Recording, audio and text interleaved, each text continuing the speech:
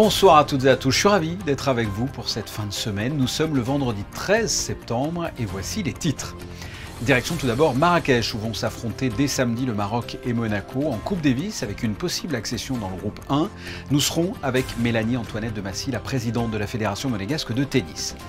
En foot, les enjeux de la rencontre Auxerre-Monaco qui se jouera ce samedi 19h pour la 4e journée de Ligue 1.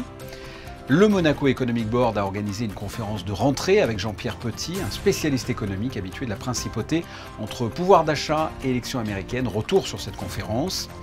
Samedi et dimanche se déroulera la 29e édition des Journées européennes du patrimoine. Que va-t-on pouvoir visiter à cette occasion?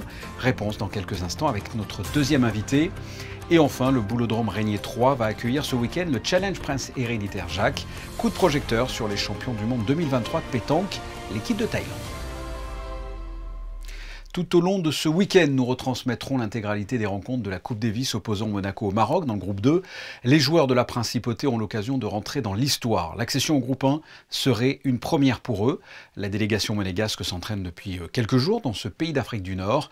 Christophe Pacaud, vous êtes sur place. Est-ce que l'on peut dire que c'est en quelque sorte une mission commando? Oui, bonsoir Fabien. Sans ces deux meilleurs joueurs de simple, pas facile de composer une équipe. Alors, le capitaine a choisi de titulariser ses joueurs de double, habituels bien sûr sur les couleurs de Monaco, Hugo Nys et Romain Arnaudot pour les deux premiers simples de demain, ici à Marrakech.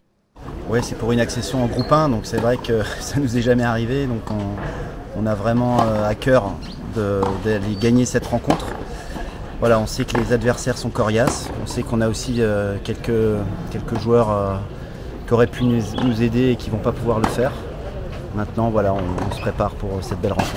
Mais ils sont venus, les deux, c'est important. Et Valentin et Lucas qui sont là, qui sont les pièces maîtresses habituellement en simple. Oui, ils font partie de l'équipe, il est hors de question de venir sans eux. On a besoin de leur énergie, de leur expertise, de leur aide, de leurs encouragements. Donc il n'y avait pas de débat, ils sont là. Et puis voilà, maintenant aux autres joueurs présents sur la liste de faire le boulot. Mais j'ai confiance en tous ces joueurs. Et qui est-ce qui commence demain ? Je crois que c'est moi. Ouais. C'est un gros défi pour Monaco, on le sait. Oui, très grosse rencontre, voilà, avec les absences de nos meilleurs joueurs en simple. On a une grosse rencontre à jouer et voilà, on a du boulot Vous avez eu le temps cette semaine de trouver un peu les meilleurs paramètres possibles pour passer du double au simple? Oui, on s'est beaucoup entraîné. On s'est beaucoup entraîné en simple pour reprendre le rythme avec Romain et je pense qu'on a réussi à élever notre niveau de jeu tout au long de la semaine, donc on est prêt pour demain. Premier match de simple pour Hugo Nys, donc face au tout jeune Marocain de 21 ans, Yacine Blimi. Et puis deuxième rencontre cette fois pour Romain Arnaudot. Deuxième match de simple face à une vieille connaissance, le Niçois d'origine, Elliot Benchetrit. Oui, on le connaît bien, oui. Voilà, on le connaît depuis un moment. Déjà, le Maroc, comme disaient les présidents, on les a joués très souvent. Mais je ne l'ai jamais joué par contre personnellement en simple. Donc je le connais plus en dehors du cours que sur le cours, mais je suis impatient de le jouer et puis ça va faire un bon match. Deux premiers matchs, deux premiers simples ce samedi, vous l'avez bien compris. Attention danger au Maroc, au Royal Club ici à Marrakech, et ce sera un match où il fera très chaud, conditions estivales bien sûr pour les hommes de Guillaume Couillard. C'est un club mythique avec un très beau tournoi, c'est un club qu'on connaît, qui est exceptionnel. Voilà, les terres battues sont différentes de chez nous, elles sont plus sèches, plus rapides. Ici, il y a un petit peu d'altitude, donc c'est pour ça qu'on est arrivé une semaine avant pour vraiment s'acclimater à ces conditions un peu particulières. Voilà, maintenant je pense qu'on sera prêt demain. Guillaume Couillard et sa team, les Rouges et Blancs de Monaco, Daguet, vous donnent rendez-vous demain à midi pour les premières rencontres de simple. Merci, je le rappelle, vous commenterez, Christophe, l'intégralité des rencontres de la Coupe Davis avec Laurent Orsini comme consultant. Le coup d'envoi ce samedi midi sur Monaco Info et à l'issue du journal de demain 19h à 19h30, l'émission Les Experts qui reviendra sur la première journée de compétition. Nous ne refermons pas tout de suite cette page Coupe Davis. Elle a baigné dans cet univers tennistique depuis son plus jeune âge. Nous sommes avec la présidente de la Fédération monégasque de tennis, Mélanie Antoinette de Massy. Bonsoir. Bonsoir Fabien, merci de m'accueillir. Rappelons-le, pour les téléspectateurs, l'enjeu est important. On parle d'une montée dans la division supérieure. C'est très important pour vous. Ah oui, absolument. En plus, ça fait là 3 ans d'affilée que nous sommes à ce niveau. Donc, nous jouons actuellement pleinement le groupe 2 pour en effet se qualifier pour les playoffs du groupe 1 cet hiver. Donc, il y a 2 ans, c'était au Liban contre le Liban. L'année dernière, contre l'Équateur à la maison. Et donc les 2 fois, c'était malheureusement incliné. Et donc j'espère de tout cœur que cette fois-ci sera la bonne. Ça risque d'être complexe parce que l'équipe n'est pas au complet, entre guillemets. Il manque Luca Katarina, Valentin Vachereau, des joueurs importants dans l'équipe. Ah oui, absolument. Eh bien, écoutez, c'est sûr qu'il y a ne serait-ce que quelques semaines, nous étions tous beaucoup plus sereins. Après, personne n'est à l'abri de blessures. Valentin a une saison absolument remarquable. Je pense que tout le monde un peu a suivi son parcours, là surtout depuis le début de l'année. Il est arrivé à être 111e mondial, à jouer les grands chelems, notamment Roland Garros et l'US Open. Wimbledon, il était qualifié, mais il n'a pas pu, enfin il était en qualif, mais malheureusement il n'a pas pu jouer justement dû à ces petits problèmes de santé. Donc c'est sûr que de jouer sans Valentin, c'est pas la même histoire, et de jouer sans Luca non plus. Bon, Luca, ça fait plusieurs mois que nous savions, et déjà il n'avait pas pu jouer au Paraguay. Donc ça, disons que c'est malheureusement sans surprise. Valentin, c'est plus récent, nous étions au courant depuis plus récemment, donc en effet ça fait un coup, mais le moral est là, le moral est bon. Nous comptons énormément sur Hugo, sur Romain et sur Benjamin bien sûr, mais vraiment le moral y est. Ils ont envie, ils sont prêts, ils se sont très bien entraînés tous ces derniers jours. Et nous gardons espoir. Ça va être peut-être un peu plus difficile que prévu, mais nous gardons espoir. Ouais, c'est faisable pour vous? C'est envisageable effectivement d'arriver à monter dans le groupe 1, là, comme ça, en l'état? Ah oui, bien sûr. Eh bien, quand même, il faut se rappeler, alors certes, le double et le simple, c'est différent, mais Hugo a quand même été 12e mondial en double. Romain a été 50e mondial.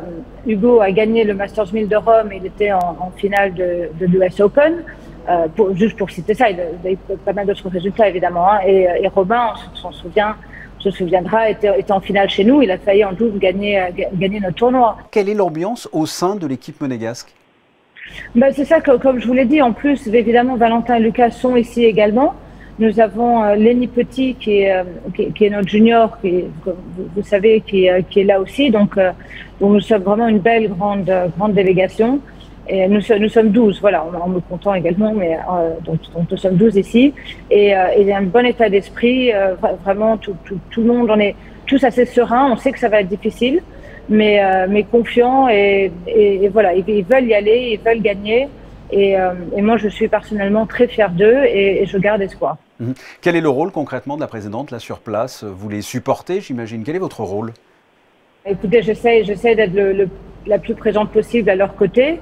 On a des réunions, je discute aussi beaucoup avec notre directeur technique national, Christophe Boggetti, et le capitaine Guillaume Couillard pour voilà, essayer de sont voir dans le staff depuis des années. Les meilleurs.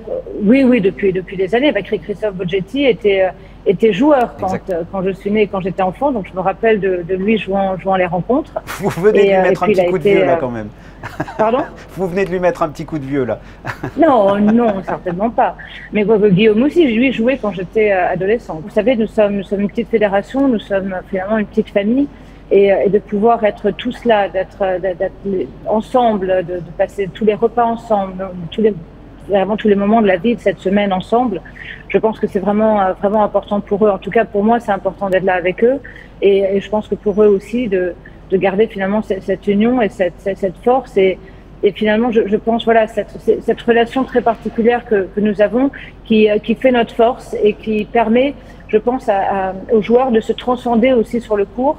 Parce qu'ils le font pas que pour eux, comme dans le tennis, souvent c'est un sport individuel, hein, mais là ils le font pour eux, mais ils le font pour l'équipe, ils le font, je pense, pour moi aussi, et surtout ils le font pour le drapeau, pour la principauté, et évidemment pour le prince souverain qui va suivre nos résultats de près.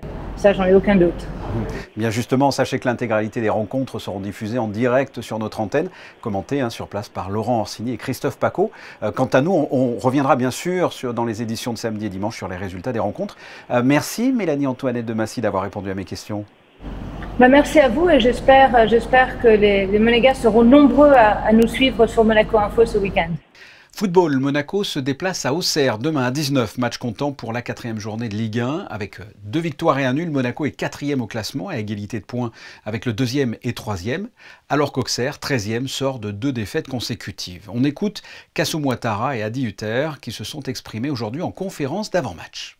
Pendant la trêve, malgré le fait qu'il manquait des joueurs, on a bien travaillé, on a bien bossé. Donc je pense que c'est un match qu'il faut aller gagner chez eux. Ça va pas être un match facile face à un promu, mais on est assez confiant et il faut qu'on entame ce match avec confiance pour pouvoir prendre les 3 points.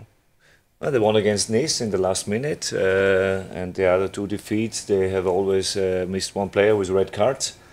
And especially at home for the home crowd, every team in France is in front of their home crowd. They are really, really good, and like to have with Bear, striker. He's 1.91 m. He likes to reflect the balls. Auxerre is also a team. They crosses a lot, lots of deliveries. I think it's at the moment after 3 games, the team they have the best crosses or the most crosses in the box. So we have to be careful also about this. Nous avions reçu il y a quelques jours le directeur de l'ISM à l'occasion de la rentrée des 830 élèves de cette école internationale dans des nouveaux locaux flambant neufs de 8000 m² sur 3 niveaux, avenue Princesse Grasse. Et bien ce vendredi, en fin de matinée, l'ISM a été inauguré officiellement par le prince Albert II, accompagné du ministre d'État devant l'ensemble des élèves présents. Une page économie avec un rendez-vous traditionnel du Monaco Economic Board. C'est l'économiste Jean-Pierre Petit qui est venu donner une conférence en principauté. Différents sujets ont été abordés. Un tour d'horizon de l'économie mondiale avec notamment l'actualité des élections aux USA qui auront un impact. Écoutez ce reportage d'Alban Gingembre et Hugo Comassa. La désinflation, c'est la bonne nouvelle en matière d'économie sur les derniers trimestres, permettant le maintien des gains de pouvoir d'achat. Il y avait beaucoup de scepticisme à l'égard de nos capacités à revenir avec à des chiffres d'inflation raisonnables, et ça a été réussi. Alors ça a été réussi par toute une série de facteurs, mais il faut quand même bien dire, il faut le reconnaître, que les banques centrales ont plutôt bien réussi leur job. Il y a eu d'autres facteurs, mais ça a été un point très important, notamment par leur action dure de remonter des taux d'intérêt nominaux et réels, dure, mais qui a permis de faire baisser les anticipations d'inflation et d'assurer aussi une détente progressive, sans aller vers la récession, une détente progressive du marché de l'emploi. Et l'élection américaine, c'est l'événement politique le plus important de l'année. Les cartes ont été rebattues depuis le retrait de Joe Biden.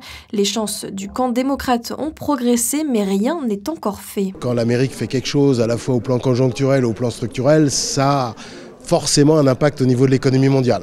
Et puis, évidemment, il y a la politique internationale, il y a la politique commerciale, la stratégie en matière de défense, en matière d'immigration, etc., qui devrait diverger si c'est un démocrate ou un républicain qui l'emporte. On garde un œil sur l'actualité en attendant le prochain rendez-vous du Monaco Economic Board. Ce week-end, vous pouvez, si vous le voulez, visiter des sites qui ne sont pas toujours ouverts au public. C'est le concept des Journées européennes du patrimoine. Monaco y participe depuis 1996. Cette manifestation est aujourd'hui célébrée par plus de 50 pays. Environ 70 000 événements sont organisés à cette occasion à travers toute l'Europe, avec 30 millions de visiteurs attendus. Qu'en est-il en principauté? Ces journées de samedi et dimanche sont organisées sous l'égide de la Direction des Affaires culturelles par l'Institut du patrimoine. Et nous sommes avec son directeur, Dominique Bon, bonsoir. Bonsoir Fabien. Les 29e Journées européennes du patrimoine sont placées cette année sous le thème « Route, réseau et connexion », c'est-à-dire... Le thème qui a été proposé par le Conseil de l'Europe, en fait, invite à réfléchir sur la circulation des idées, des connaissances scientifiques, des styles artistiques, et de faire un pont entre le passé, le présent et le futur. Donc la principauté a toujours été un carrefour, tout au long de son histoire, un carrefour culturel. Donc nous pourrons découvrir à travers son patrimoine les traces de ce passé. Justement, qu'est-ce que l'on va pouvoir présenter et découvrir à Monaco sur cette thématique, sur les routes, les réseaux et les connexions ? Alors pour la première fois, la gare SNCF Monaco-Monte-Carlo participe à cet événement. Ils accueillent un autorail historique et exposent des photographies sur les anciennes gares et qui, en fin de compte, sont un traitement du thème proposé cette année par le Conseil de l'Europe. On peut découvrir 46 sites et visites, hein, sans tous les citer. Quels sont-ils? Qu'est-ce que l'on pourra faire d'original, d'atypique ce week-end? Oui, c'est difficile de choisir parmi tous les sites participants. Nous pouvons mettre l'accent sur un chemin des agrumes proposé par la direction de l'aménagement urbain qui propose un parcours à travers la Condamine ouvert aux enfants. Le Théâtre Princesse Grace a invité cette année de façon exceptionnelle Luciano Chessa pour une présentation d'instruments de musique tout à fait dans le thème. Le public pourra découvrir l'Académie Princesse Grace avec une présentation de cours de danse. Le public est très désireux de découvrir les coulisses. Il aura aussi l'occasion de découvrir l'Académie et sa villa. Donc toujours une diversité et une offre culturelle très élargie à l'occasion de cette journée européenne du patrimoine. Quel est l'intérêt pour la principauté de participer à ces journées européennes du patrimoine? C'est important, j'imagine. La principauté est, on va dire, tout à fait soucieuse de son patrimoine. Elle veut le valoriser, elle veut le faire connaître, mieux le faire découvrir au plus grand public. Et effectivement, chaque année, en moyenne, 15 000 personnes viennent assister à cette journée européenne du patrimoine. Ah oui, 15 000 personnes. On sait d'où ils viennent? Ce sont des personnes de l'extérieur? Ce sont des gens de Monaco? Il y a des habitués, des personnes qui viennent un peu plus loin, qui viennent expressément pour cette journée. Il y a bien sûr les régionaux et des monégasques qui viennent aussi bien sûr redécouvrir leur propre patrimoine. Alors je veux visiter plusieurs sites ce week-end, je veux savoir ce qui se passe à Monaco pour ces journées européennes du patrimoine. Comment je peux faire? Il y a un site, il y a quelque chose à nous donner? La programmation est consultable sur le site de l'Institut du patrimoine, journée européennemonaco.com et chacun pourra s'organiser avec une carte plan aussi disponible sur les sites et d'organiser sa navigation. Voilà ce que l'on pouvait dire donc de ces 29e journées européennes du patrimoine, ce samedi et dimanche, un peu partout à Monaco, avec pour thématique, comme on l'a dit, route, réseau et connexion. Dominique Bon, merci. Merci, bonsoir. Direction le Boulodrome Régnier 3 qui se prépare à accueillir ce week-end le fameux Challenge Prince Héréditaire Jacques avec des équipes venues du monde entier. Coup d'œil sur l'une d'entre elles, l'équipe thaïlandaise. Reportage d'Alban Gingembre et Alexandra Marangoni. 32 des meilleures équipes mondiales se donnent rendez-vous ce week-end pour la 6e édition du Challenge Prince Héréditaire Jacques. Parmi elles, la Thaïlande, championne du monde en triplette. สำหรับพวกผมก็ไม่ได้ตื่นเต้นมากครับแต่ว่าคือเราอยากได้รับเชิญมาแข่งก็อยากจะเล่นให้สนุกให้มันแล้วก็ให้สำหรับคนดูที่จะมาดูทีมชาติไทยที่เป็นแฟนคลับเราที่เชียร์ที่นี่ครับผม Nous sommes très contents d'être ici et de spécialement invités par les Monégasques pour aller dans cet grand événement, grande compétition avec les 4 joueurs. Toutes les week-ends en Thaïlande, il y a des compétitions partout de Thaïlande. Donc chaque personne a joué dans le Open en Thaïlande, tous les week-ends. Les Thaïlandais sont donc prêts. Les parties qualificatives se dérouleront samedi pour laisser place le dimanche aux demi-finales et à la grande finale. En bref, sachez que le maestro Kazuki Yamada sera samedi à 17 h à la FNAC pour une séance de dédicace. L'occasion pour le chef de l'Orchestre Philharmonique de Monte-Carlo d'échanger sur son parcours, sur la prochaine saison de l'OPMC ou encore par exemple de présenter son livre-disque Déjanir. L'Espace 22, situé sur le boulevard d'Italie, présente en ce moment sa 4e exposition éphémère. Acte 4 est une célébration de la diversité artistique et rassemble une quinzaine d'artistes originaires de divers coins de France et de Belgique. Ils apportent leur propre vision de l'art contemporain, créant un mélange de styles, de techniques et d'expressions. Toujours en bref, la direction de la communication qui gère entre autres Monaco Info a organisé sa soirée des partenaires hier au soir au Monte Carlo Bay. 150 acteurs du monde économique, institutionnel, culturel et sportif étaient présents. Une soirée dont l'objectif était de remercier tous ces convives qui participent au rayonnement de la principauté tout au long de l'année. Vendredi 13, outre le célèbre film d'horreur, que vous inspire cette date? Vous porte-t-elle chance? Êtes-vous plus superstitieux ce jour-là? Ou tentez-vous votre chance dans des jeux de hasard comme le loto? Christine Datomel est allée mener son enquête et voici les réponses. On est vendredi 13, est-ce que vous pensez jouer au loto? Pas du tout. Pourquoi? Parce que je joue jamais au loto. Et je ne vais pas changer mes habitudes parce que c'est vendredi 13. Voilà, je ne suis pas superstitieux. Bah, j'ai pas l'âge, mais peut-être proposer à ma mère, je sais pas. Ça porte chance. Et ça porte chance. Ça porte chance, bah, je vais jouer alors. Bah, c'est peut-être l'occasion de devenir très riche ce soir. Bah, peut-être, on sait pas. Mais je pense qu'il y a que le travail pour ça. Oui, on va jouer ce soir. Parce qu'on en a marre de travailler. Nous avons joué toutes les deux. On a déjeuné, on est passé devant et on s'est dit que c'était l'occasion. Au Super Loto. Donc voilà, vous avez 2 nouvelles millionnaires devant vous. J'espère.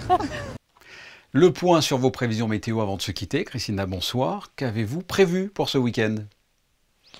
Bonsoir Fabien, bonsoir à tous. Eh bien demain, ce sera un grand ciel bleu avec des températures plus douces qu'aujourd'hui. Le thermomètre n'excédera pas cependant les 23 degrés. Et puis sinon, demain, nous fêterons les Saints-Maternes. Merci Christina.